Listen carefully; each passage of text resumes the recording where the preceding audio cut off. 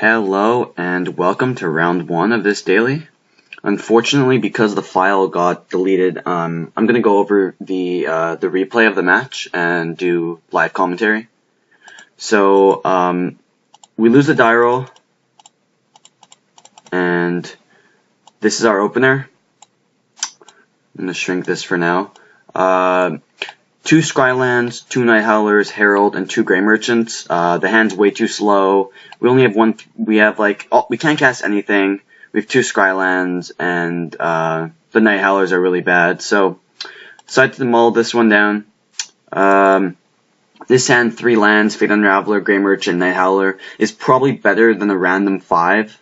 And Night Howler we might be able to play it on turn 3. So I decided to keep this. We draw another Fate Unraveler, so I just play my Swamp past turn. He goes turn 2 Sylvan. We're hoping to draw a 2-drop. We find a Temple, which finds us a Grey Merchant, and in this spot, we already have a Grey Merchant, which we can't play. We can't play it yet, so I decided to bottom it. I'm looking for a creature to play next turn. He goes Commune and whiffs, which is pretty good for us. Didn't find anything.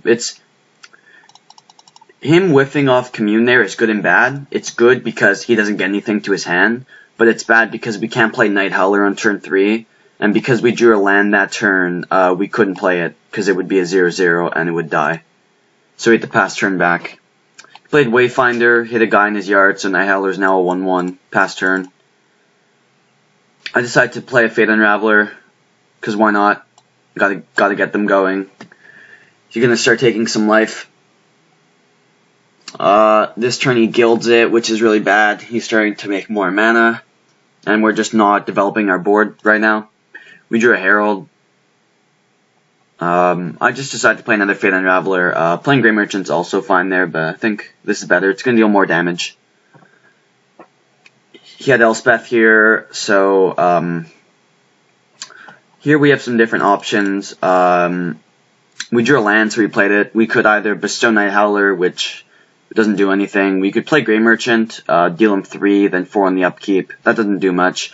Or we could bestow Herald onto this and attack and kill Elspeth. Because if we attack him, he can minus Elspeth and it would just kill our guy, and we don't want that to happen. So I decide to bestow Herald onto our Fate Unraveler and then kill Elspeth, and then he takes 1 from the upkeep cost. Also, a neat interaction is Fate Unraveler with Planeswalkers. If they have a Planeswalker, you can actually target it with this. You can redirect it, which is kind of cute. Doesn't come up probably at all, but it's still a good thing to know when you're playing a card like Fate Unraveler. So he gilded our guy. We take 1. We draw a Temple, see a Swamp, put on the bottom. We don't need any more lands. We are going to play Grey Merchants here. Or actually, I actually kept the Swamp on top. So the reason I did that was because he's going to 10 here. And then next turn, we can go Swamp, Night Howler, Grey Merchant, and an attack with Herald, which is lethal. So if he doesn't have an Abhorrent or an Ashen Rider, if he doesn't have Abhorrent or Ashen Rider here, he's dead on board next turn. So I decided to put the Swamp on top. And it just turns out that he had Ashen Rider, so this makes this play really bad. But you have to play to your outs there, and our out was him not having one of those flyers, and he had it. We still have outs to draw Grey Merchant next turn to win the game, but even if we draw Herald, it wouldn't be enough because he's on 4 life. There's a Courser, puts him to 5 life. There's an Ashen Rider. So if we draw Grey Merchant, we win the game. Other than that, we lose. We drew Paints here, so we're going to play it.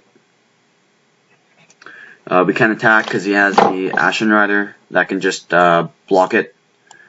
And then he plays the other one, and now even if we draw Grey Merchant, Grey Merchant would still be lethal here, actually. We end up drawing a Swamp, and he has 10 power in the air, so we're dead this game.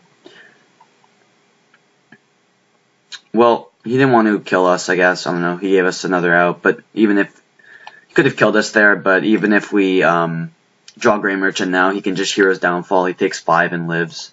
So really, there's nothing we could draw that would win us the game there. We drew Agent. So that game, he had a pretty fast start, had a couple good guilds, ramped him into a couple Ashen Riders. We just never, our first drop was on turn 4, so really slow start, and yeah. So we're going to go to game 2 here. Okay, so we're back for game 2 here. Our opener is Temple, Nykthos, 2 Swamps, Painseer, Spiteful, Grey Merchant, close to the nut draw. We can play turn 2 Painseer, turn 3 Spiteful return if we don't draw another creature, and yeah, very early aggressive hand, and it's a good curve. There's Thoughtseize. I decide to put it on the bottom just because I want to draw creatures in my hand. I want to just continue curving out, which should be enough on the play this game. So we play turn 2 Painseer. We draw Spiteful return, which is close to perfect there. Being able to go turn 3 Spiteful into turn 4 Spiteful. We're going to attack first in case he wants to kill it. Doesn't have it, so we're just going to play Spiteful. We draw Erebos, which is also amazing. It makes it so his whips don't gain life. He plays Sylvan, which is fine. We get to draw a card here. We draw Night Howler. We have Hero's Downfall. Our hand's shaping up nicely. We're bestowing, this turn, we could play pretty much everything. We're bestowing Spiteful Return onto Painseer. It does the most damage. It gives him bad blocks. That's at least 4. If he doesn't want to chump block, he takes 7. If he does, he takes 5. So, want to just deal as much damage as we can to make sure he doesn't get his big things going before we can kill him. He has another Sylvan, which is fine. We get to draw another card. We draw Swamp, and so depending on how he blocks here, he takes 4, and then if he doesn't block the Painseer, the Grey Merchant will just be lethal. And so it turns out that he doesn't block, so we just play Grey Merchant, and since our devotion's more than 4 or more than 3, he takes at least 4 and he dies. So that game was pretty much picture perfect for this deck. You want to go 2-drop into 3-drop into Bestow on 4 into Grey Merchant on 5. Easiest way to win a game, and yeah, just make sure you don't give him enough time to develop his board. So we're going to go to game 3 here. So we're back for game 3 here. Our opener. So this is a kind of, this is an interesting hand. It's 1 Temple, 2 Thoughtseizes, 2 2-drops, a 3-drop, and a Downfall. So he multi 6, and because he multi 6, I kept this hand. If he would have kept 7, I probably would have mulliganed it back. The Thoughtseizes are only good when they have less cards, obviously.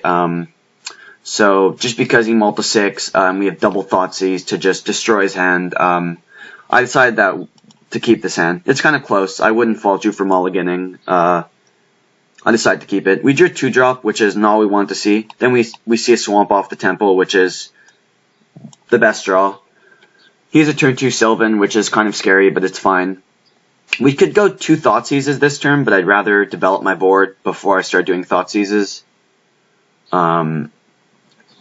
So he plays Reaper. I think this was the turn. We draw Herald, so we still don't have our third land. So this is the turn I decide to play both Thoughtseizes. We can grab his 2 last cards, which were Dark Betrayal and Satyr Wayfinder, and leave him with just a land. And then we're going to start developing our board on the following turns. But him playing Reaper was pretty bad there for us. Played the Temple, he attacked for 4. We end up drawing the Temple, and then we see a Herald, which I believe I put to the bottom just because we already have 2 of them, and I'd rather see more lands than see a Herald at the moment. So he takes 2, I play another Painseer, we pass turn. Turns out he drew Downfall, which lets him scry off this, and then it pretty much, we don't get to draw a card. One of the worst cards you could have drawn there. Attacks for another 4, draws that, and then, so at this point, the game is looking like pretty much impossible to win. We're at 8 life, he has 6 power on the board, he's drawing Dark Betrayal next turn, we have a 2-2 and 3 lands. So, Yeah, but let's see how this ends up working out. We draw Agent, which is actually pretty much the perfect draw there. Not for this turn. This turn we're just going to play, so this turn I want to downfall the Courser, but because I'm able to see his next card, I decide to just wait till his draw step, and then I decide to downfall the Courser. He still has the Dark Betrayal, and he decides to use it, and then he just attacks for 4. So now we're at the point where we're at 4 life. If he has a removal spell, we can't win, and so we just play Agent. Now, Thoughtseize on that turn doesn't look like the best draw, but it actually turns out to be very crucial this game, and you'll see, because right now the board's at parity, because our 3/2 Death Touch trades off for his 4/5. Even though he's scrying a bunch, we still get to trade off. And I don't think he'd want to trade off at this moment. Draw the card. Turns out it's Commune with the Gods. And so, he is an interesting choice between Courser and Whip. If he takes the Courser, I don't believe we can win the game. But he actually decides to take Whip. And so because he took Whip now, next turn, well, we're going to be able to use the Thoughtseize because he only has 3 lands to grab the Whip. And he still can't attack. So, pretty good for us there. We end up drawing a Swamp, which is also amazing. We play Thoughtseize, and we're able to. So now, this turn's also interesting. I can't attack, obviously, but why wouldn't you want to play any of your cards? So, if we play Herald, we go to 1 life, and I can't win on that turn. So we can't play Herald. And Spiteful Return, if we don't draw land, I need to bestow next turn. So I actually decide to pass with 3 different cards we could play. Turns out he draws Sylvan, which is pretty much like a land. Plays the same function in this spot.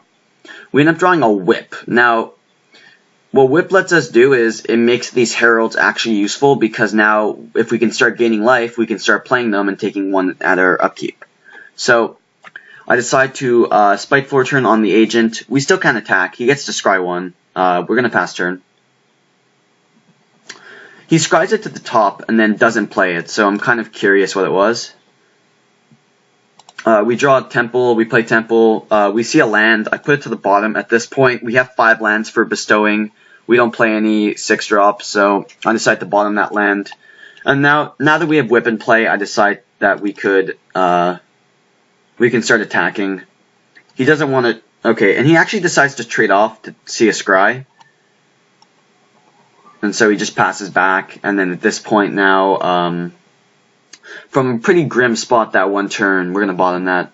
It's actually looking very good this game after a couple of good draw steps. I'm going to bestow Herald now and just start gaining life and trying to kill him fast. We're up to 10 life now, which is pretty comfortable. So we bestow it here, we attack, we take 1, which is fine. We draw a Swamp, doesn't really matter. We bestow the Herald. If he has a removal spell, it's fine, because then we get 2 Heralds for next turn, and we can just bring back the Spiteful. Turns out he doesn't. He goes to 1 life, and he has way too much to deal with, and turns out we actually win the game and the match. From that pretty one turn, I didn't expect us to win. We had 1 creature, we had Painseer in play, we're on 4 life, and he had Reaper, and we could never play 2 guys in 1 turn. So, that game, we had a pretty fast start. Painseer into, we had a pretty good curve. We just didn't draw lands, and we couldn't improve our board significantly, and we let him kind of take over with the Reaper. But thanks to Agent of the Fates being able to trade off with that, and being able to just start bestowing guys and killing off his guys, did end up, after drawing Whip, for us to win this game. In this matchup, again, you just have to capitalize on their slow draws and have a really fast curve, and we did that in games 2 and 3, which is one of the reasons why we won the match. So, thanks guys for watching, and stay tuned for round 2.